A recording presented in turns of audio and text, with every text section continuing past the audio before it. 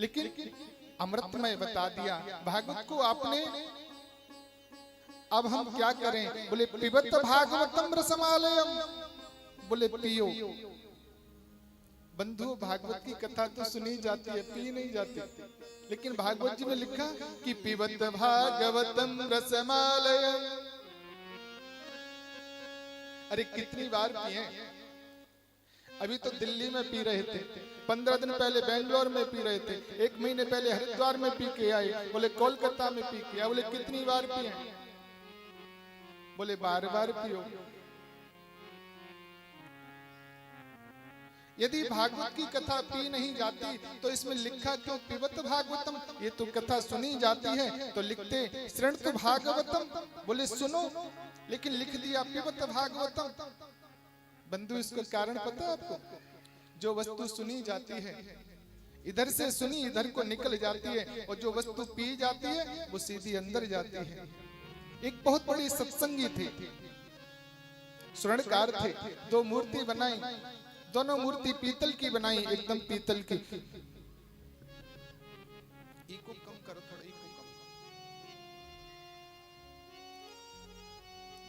दोनों मूर्ति 500 ग्राम की एक मूर्ति बनाई, 500 ग्राम की एक मूर्ति बनाई, नुमाइश में बेचने के लिए ले गए। राहगीर निकल के जा रहे थे, बोले मूर्ति कितने की दी है? बोले भैया एक 500 रुपए की है और एक 50,000 रुपए की है।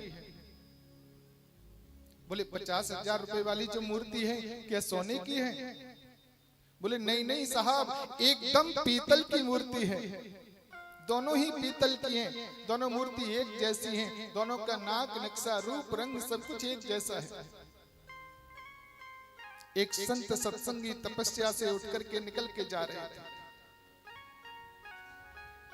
लोगों ने पूछा तो इतने रेट आपने 500 रुपए 50,000 रुपए ऐसा क्यों कर रखा है? बोले यही तो परीक्षा लो। संत निकल के जा रहे थे, संत ने कहा बोले हम इसकी परीक्षा करेंगे। स्वर्णकार से कहा आपके पास सूतली है क्या? बोले है। बोले लाइए। सूतली को दिया। संत ने एक मूर्ति के इधर से कान में गिरी, इधर को निकल गई। बोले ये मूर्ति आपकी 500 रुपए की है। बोले एकदम बरोबर ना? बोले जी साहब बिल्कुल एकदम बराबर। एक मूर्ति के दूसरी वाली मूर्ति जो थी उसके सूतली गिरी, सारी सूतली अंदर को चली गई, उसका पता भी नहीं लगा। बोले ये मूर्ति आपकी 50,000 रुपए की है।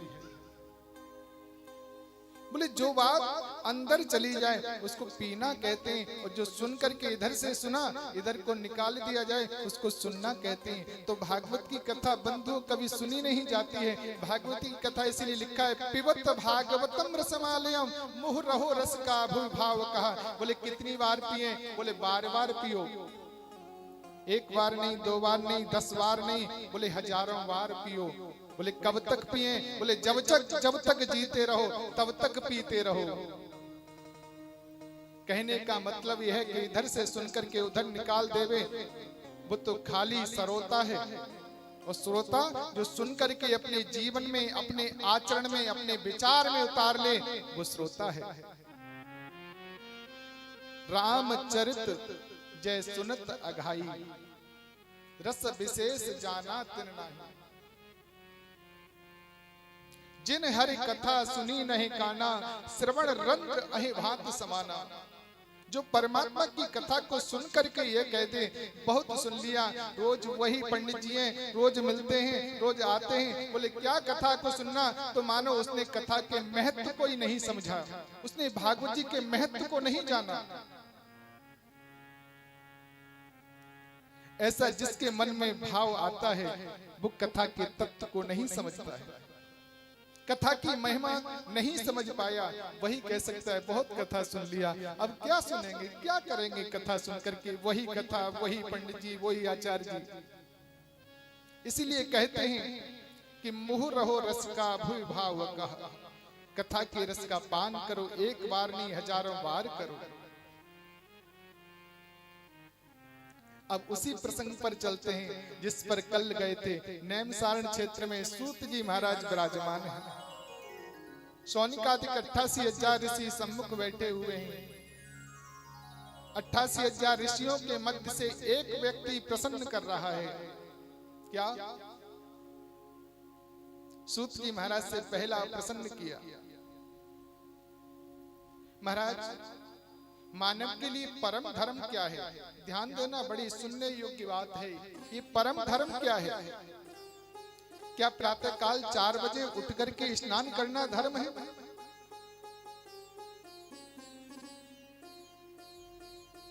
क्या करोड़ों की संपत्ति का दान करना धर्म है? आखिर धर्म की परिभाषा क्या है?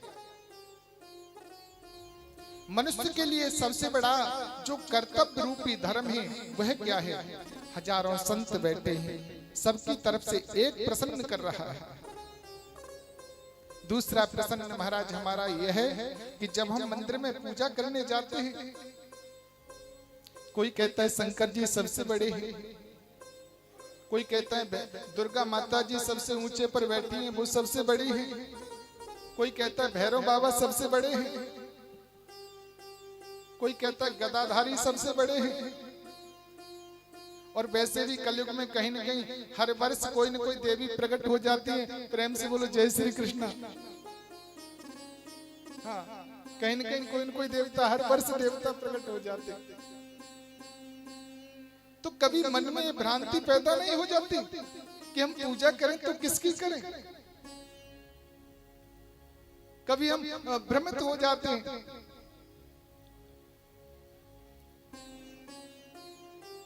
तो महाराज, जिसके प्रति हमारे मन को लगाएं और हमारी समझ में नहीं आता हम किसकी पूजा करें, किसकी भक्ति करें, किसका भजन करें। तीसरा प्रश्न महाराज हमारा यह है कि परमात्मा का नाम अजन्मा है, क्योंकि वेद कहता है अदृश्य नदृश्य नुदहर जहा। वो तो अदृश्य है, अजन्मा है, उसका कभी जन्म नहीं होता। और जिसका महाराज जन्म नहीं होता है वो कौशल्या नंदन राम कैसे हुआ? वो दशरथ नंदन राम कैसे हुआ? वो वसुदेव देवकी नंदन कृष्ण कैसे बना? चौथा प्रश्न महाराज हमारा आपसे यह है कि भगवान के अवतार कितने हुए हैं? कोई कहता है 10 अवतार हुए, कोई कहता है 24 अवतार हुए, कोई कहता है हरि अनंत, हरि कथा अनंत। पांचवा प्रश्न महाराज, वक्ता वो श्रेष्ठ नहीं जो छोटी सी बात को बड़ी बना करके बोले। वक्ता वो श्रेष्ठ है वो बड़ी बात को गागर में भर के परोस दे। बोले गागर में ही सागर को भर दे। और कलयुग में आगे चल करके तो महाराज ये जो व्यास पीठ है इसकी मर्यादा धीरे धीरे भंग होती जा रही है। आजकल हम देखते हैं कि कुछ भी व्यास पीठ पर बैठ करके वक्ता बोल देते हैं, जो बोलने के शब्द नहीं वो भी बोल देते हैं। फिर संसार के लोगों पर इतना समय कहाँ? यदि हम विवेचन करने लग जाएं शास्त्रों का तो सामने वाले श्रोता जो है वो सोने लग जाएंगे। इसलिए संक्षिप्त में बताने की कृपा करें। जो अतः साधुत्रयत सारम समुद्रत मनीषया, जो सार है शास्त्रों का उसे बताने की कृपा करें। छठवां प्रश्न महाराज हमारा आपसे यह है कि भगवान जब अपनी लीला को संपन्न करके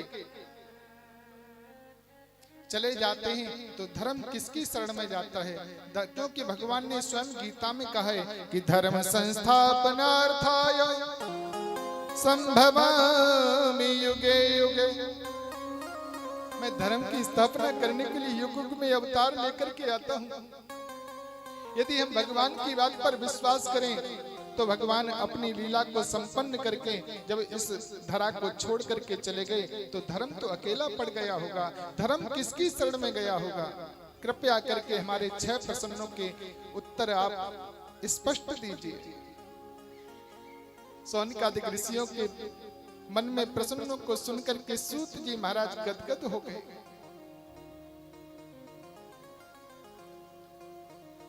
कहा आपने जो प्रश्न किए हैं, आपके प्रश्नों के उत्तर देने से पहले मैं परम वंदनीय प्रातः स्मरणीय परम पूज्य गुरुदेव का ध्यान करूं। सुखदेव जी महाराज के चरणों में प्रणाम किया। सुखदेव जी महाराज का जीवन बड़ा महत्वपूर्ण है। सुखदेव जी ने मात्र गर्भ में वास किया, इतना विचित्र संत के 12 वर्ष तक माता के गर्भ में वास किया। आचार्य सुखदेव जी महाराज गोलोक धाम में राधा रानी की गोद में विराजमान थे, गोद में खेल रहे थे। एक बार किशोरी राधा रानी शुक स्वरूप पक्षी को लेकर के कृष्ण की गोद में बिठा दी। शुक पक्षी कहता है, तुमने मुझे ब्रह्म से साक्षात्कार कराया है, आज से आप मेरी गुरु हो गई, मैं आपका नाम नहीं लूंगा। इसीलिए भागवत जी में